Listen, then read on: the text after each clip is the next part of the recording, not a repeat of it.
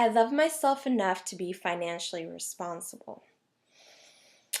Now, as a spiritual person coming into the world of facing what money means to me and how I've resisted money in many ways, I've had to look at exactly what that looks like.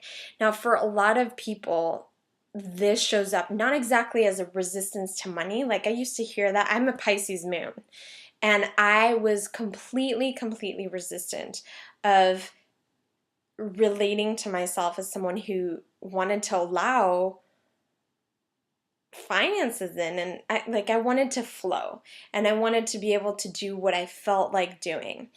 And when people said, you're resisting money, I was like, no, not really. Like I spend it but what I was resisting is that when we talk about money, we're not just talking about money. We're talking about a structure that we create to relate to people in the world.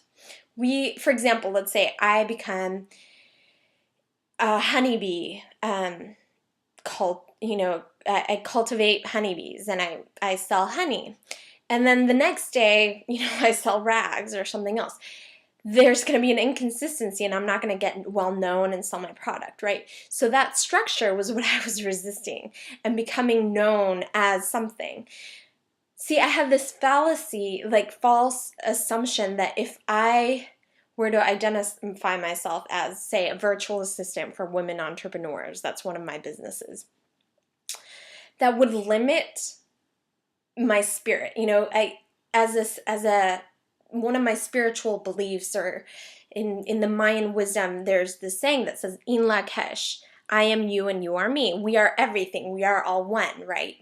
And that's true. And that still is true. Now, what I would resist then was saying, okay, well, now I am a beekeeper, right? Because I didn't want to box myself in. I felt like that would give me claustrophobia or something like that. So I resisted taking on a role like that and getting to become known in the world like that.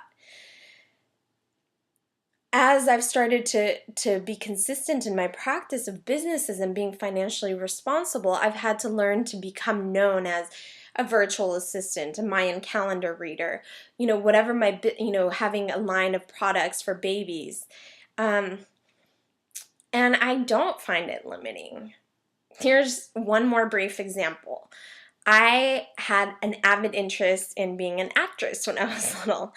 And I'm going to fess up here in this little part, okay? So just bear with me one more minute.